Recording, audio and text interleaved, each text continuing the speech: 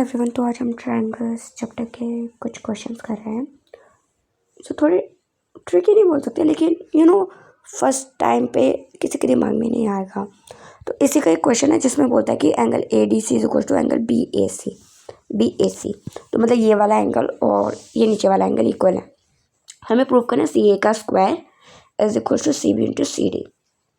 ठीक है, तो फिर हमने क्या करा, हमारा ये जो ट्रायंगल है, ट्रायंगल ए डी सी, इसको हमने जस्ट रोटेट कर दिया, तो सी डी ए बन गया हमारा। रोटेट करके 90 डिग्री पे रोटेट करा इसको। और उसके बाद हमारा ये जो डी वाला एंगल है ये हमारा ऊपर है, तो मतलब ये angle A is equal to angle D है इस दूसरे ट्रायंगल का। Angle B A C is equal to angle A D C, ये हमें गिवन है। और एंगल सी सी क्या है, इन दोनों में कॉमन है, दोनों ट्रायंगल्स में, तो कॉमन आ गया। फिर ए प्रॉपर्टी से हमारे दोनों के दोनों ट्रायंगल्स क्या हैं, सिमिलर प्रूफ हो जाते। तो angle B A C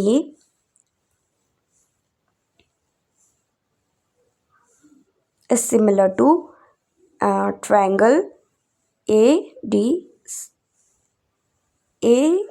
C.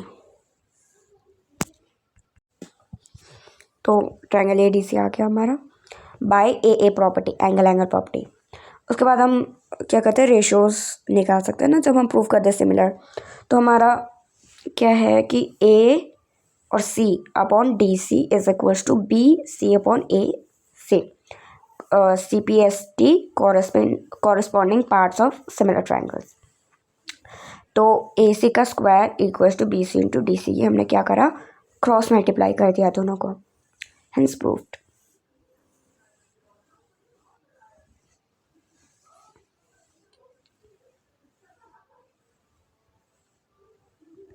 Next question है, a vertical pole of length 6 metre cast a shadow 4 meter long on the ground and at the same time a tower cast a shadow 28 meter long.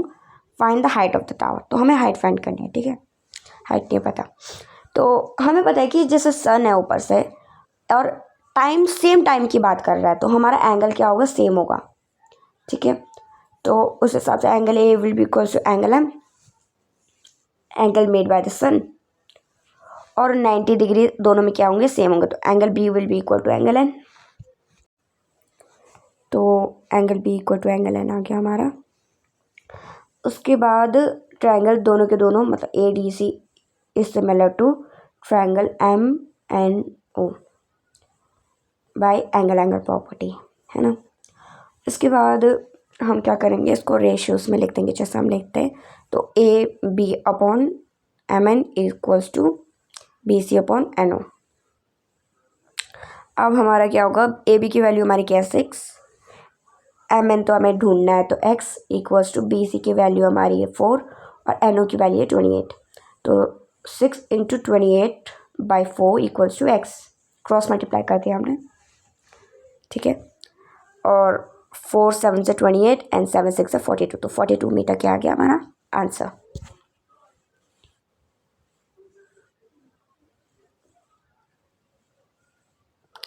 उसके बाद next question है, हमें ratio given है कि Q R upon Q S is equal to Q T upon P R. तो और angle 1 equals to angle 2 बोला है हमें। तो हमें प्रूव करना है कि triangle P Q S is similar to triangle T Q are.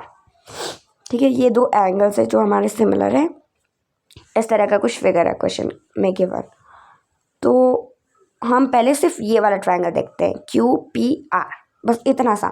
इसमें हमें पता है कि एंगल 1 इक्वल टू एंगल 2 है, तो इसका मतलब ये क्या है, आइसोसेलेस ट्रायंगल होगा, क्योंकि अपोजिट एंगल इक्वल है। और अगर अपोजिट एंगल इक्वल हैं तो अपोजिट साइड भी इक्वल होनी चाहिए। तो इसका मतलब क्या होगा, Q P will be equals to P are,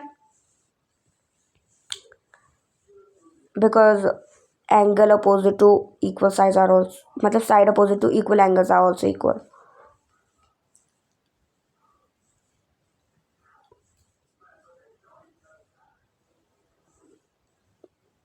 ये हो गया हमारा ये। अब इसके बाद जो हमारा गिवन है वो हम लिख देते हैं। तो Q R upon Q S is equal to Q T upon P R. अब यहाँ पे ये जो ऊपर वाला जो अभी हमें हमने प्रूव करा, इसको हम इक्वेशन 1 डाल देते हैं। और इसको हम क्या कर सकते हैं, पी आर को हम लिख सकते हैं पी क्यू, तो वही करेंगे।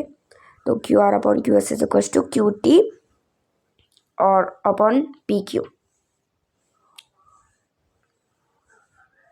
या क्या हमारा, इसके बाद अब हमारा क्या आएगा, ये आ गया, पर हमें एक एंगल चाहिए होता है बीच में।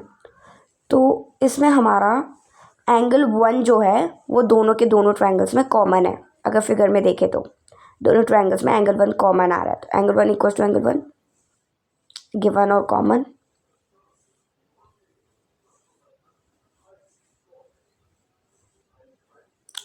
तो ये दोनों ट्रायंगल्स क्या हो जाएंगे, सिमिलर बाय SAS प्रॉपर्टी।